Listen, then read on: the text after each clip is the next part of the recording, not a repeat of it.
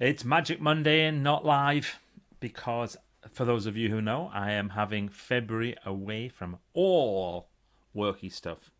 Worky stuff. It was good, wasn't it? Yes. Like that? Little glasses adjust. And to do that, I am recording my Magic Monday live and making it Magic Monday not live.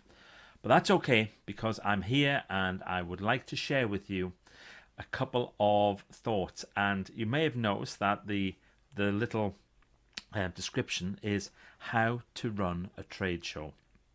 Well, it should be really how to run a trade stand. Probably change that now. In fact, I will have changed it by now. It'll now say how to run a trade stand because it's not about doing the show. There's other people who do the shows. It's what if you do the stand? And I'm always absolutely amazed by how bad the vast majority of people are. They pay thousands for this space, maybe 4 meters by 2 meters or whatever, and they arrive in the shell and then they put some seats in and they put a table in and then they put a bowl of sweets as if that's going to attract you, and they pile up a few brochures and have maybe a few things around the wall, and then they just hope that people are going to arrive and that they're going to walk up and go, "Oh, hello, please sell me your product. Hello, please tell me all about what you do, and I'll have a sweet while I'm on." And it just doesn't work. So my thinking is, if you are going to have a trade show, a trade stand, then you really need to plan it very, very well. So here's my tip. Now, I've done a few, and I've always done exceptionally well. I mean, really, really well. Even the shows that didn't attract many people, I've still managed to get loads of business. And the first one that I did, the first big one that I did, was for an education show. And there's a couple of big education shows that take place each year. And I was, at the time, worked for a company, and we had an education product. And the idea was we needed to get details of senior staff. That was what we wanted to do, get details of senior staff. And so we bought the smallest space. And I remember it was a corner unit. Corners are very, very important. If you can get a corner, get a corner. But it was the smallest corner unit. I think it was 2 meters by 2 meters. And it was on this thoroughfare, one going that way, one going that way. And there we were in the corner. Next thing we did was we got a huge dice or die. 1, 2, 3, 4, 5, 6. 6 different colours, 6 numbers on there. And we said, if you can throw a 6, you will win a screensaver. Remember screensavers? And we had them on CDs so people could load them into their computer. And it was an educational screensaver. And this was the bit that was absolute genius. So people would have these things, and you say, just throw it, go and throw it out there. So people would throw it not into the stand, they threw it away from the stand into the thoroughfare, and people were kind of stepping out the way and looking at what it was. And if it was a 6, we would go nuts. Yeah, somebody's just throwing a 6. Brilliant, brilliant, brilliant. Come over here and get your prize. People were like, what are you going to do? So people were asking us what to do, not us having to tell people what to do. So that worked really, really well to get people engaged. The other thing was, as they got a hold of it, would say, by the way, what's your job? And they say, I'm a deputy head. Deputy head, step back, everybody. They've always got a big throw. Head teacher, primary or secondary? Primary school. Primary head teacher, the best throwers in the world. Next one, what do you? Oh, I'm a geography teacher. Watch out, there's a tosser. No, I wouldn't do that. Only kidding. In case there's any geography teachers watching. But we did all sorts of little gags. We did stuff like that. But the main thing we did was we made sure that most people won. So if it didn't land on a 6, we used to say, oh, that didn't really count. They were in the way. Have another go. Then they'd do it again. Oh, come on, one more go then. Oh, as I'm not looking. Go on, one more go. And then they would get the 6. And as they came over, we had somebody on the stand, and they would say, right, okay, fantastic, here we go. I'm going to give you the CD now, and just give me your details in case we need to send you any updates. So I did all that, and I said, okay, and while you're here, let me just tell you 60 seconds about our program. And this is the program. you see, by then we've got people engaged. So we've got them engaged by playing the game. We've got them engaged by creating energy. The people on the stands next to us used to just sit and watch us all day. Watch what we were doing while they were sat there twiddling thumbs. And then once we got the engagement, it was really easy to ask for their details. In fact, we didn't even have to. So we didn't have to write it down. It was one of those early ones where you could do the scan. Can we just scan you and get your details? That's how we used to do it. So we can send you any updates.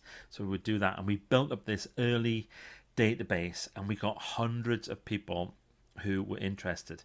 But because we'd done that, give first, to sell the program afterwards was easy. In fact, we had people buy it off the stand straight away. We didn't even need a follow-up call or anything like that.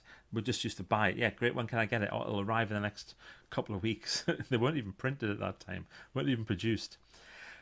And then another one that I did, which worked really, really well, was to promote me as a speaker. So what's the best way to promote me as a speaker? On the hour, every hour, I did a little keynote. 5-10 minutes, that was all. We used to get people who would, like to be the professional gatherers. So would say to somebody would be like, "Oh, I'm speaking at 2:00. Oh, fantastic! Oh, what time is it now? Oh, it's 5:02. Tell you what, just while you're here, see if you can gather a few more people." And they would. We'd ask people to do it, and they would come along and they would gather a few more people. He's about to speak now. He's going to be on speak now. Just wait. He's about to start. So because we need like at least 20 people before I start, and then I used to stand up on this tiny stage, about the size of a desk, and I would stand up and I would do just a very, very short, like 5-minute keynote, and then we used to say to people, and for your chance to win a free keynote for your organisation, just fill one of these in and fill the details in. And we asked loads of questions, but because we'd given them the keynote, they were really happy to fill in all the questions, and then we followed up from there. And we had other people who just wanted to book us straight away. Are you free on this date? Great, can we book you now? Absolutely. Then my third example was before I did any of this stuff, before I do any of the things that I do now, I at one point was a semi-professional magician. So I used to work for a children's health charity, and I learned how to do magic, and then had this little side hustle doing magic shows. And one of my favourite tricks involved taking a 10-pence piece and putting a pencil through the middle of it. So you get a pencil straight through, and then you pull it out, and as it came out the other end, you do a little rub like that just to hold up, and it was absolutely perfect, no hole. And you could do that. And I used to do this demonstration with the 10-pence piece and the pencil. And I would demonstrate it, and I would just do it with one person first. And then someone else would start to come up, and I would say, here, take a look at that. Can you hold on to that? Give the pencil to somebody else. And I would get 3 or 4 people all getting a hold of various little props and various bits and bobs, get as many people involved as possible. And then at the end, the kicker was this. I was working for BT. So I had these British Telecom pencils, and I would tap it in, and I used to go like that, and hand them a pencil with a 10-pence piece through the middle. No, sorry. A coin with a pencil through the middle. That was it. 10-pence piece with a pencil through the middle. Basically, I drilled them all. Defacing the Queen's head. I know it's illegal. Drilled them all, and then put pencils through and glued them in. And then that's what you would give. And there was a very clever switch that you would do. I'm not going to tell you it because I would be betraying my magical credentials. But basically, if I would then have loads of people who watched the demonstration and said, would you like one? Just give me a 10p. So they would give me a 10-pence, and then I would take the pencil, put it through, fix it, hand it over. Next one, next one, next one. I did around about 2,000 over 3 days, and I charged BT £1 a pencil. Now you might be thinking, well, Michael, it was costing you 10p as well. No, they gave me the pencils, and every time I did it, I did my little thing, I used to get a 10-pence as well, because the one that they gave me obviously wasn't the one that was on the pencil. So I ended up with these pockets full of 10-pence pieces by the end of the day. I used to have to stick them in a rucksack. I had hundreds and hundreds and hundreds of 10-pence pieces. So it was brilliant. I got paid to do the job, and I entertained, and I used to get 10p every time, and I charged £1 a pencil for the prop, and I did probably a couple of thousand, maybe at least 1,000, maybe a couple of thousand, can't remember. So yeah, it was a great way to engage people. The question is, if you are going to do a trade show, what are you going to do? What are you going to do to entertain? Tell me in the comments, what's the best thing that you've seen at a trade show? What's the best thing that you've seen where somebody was like, oh, wow, that was amazing. That was fantastic. I love that. I absolutely love that. What's the best thing that either you've done or you've witnessed? I will see you next time, next Monday, for more Magic Monday Not Live, because I am having a month off. Hope everything is just going nicely around the world. I'm recording this in the last week in January. My goodness, who knows what's happened now. See you soon.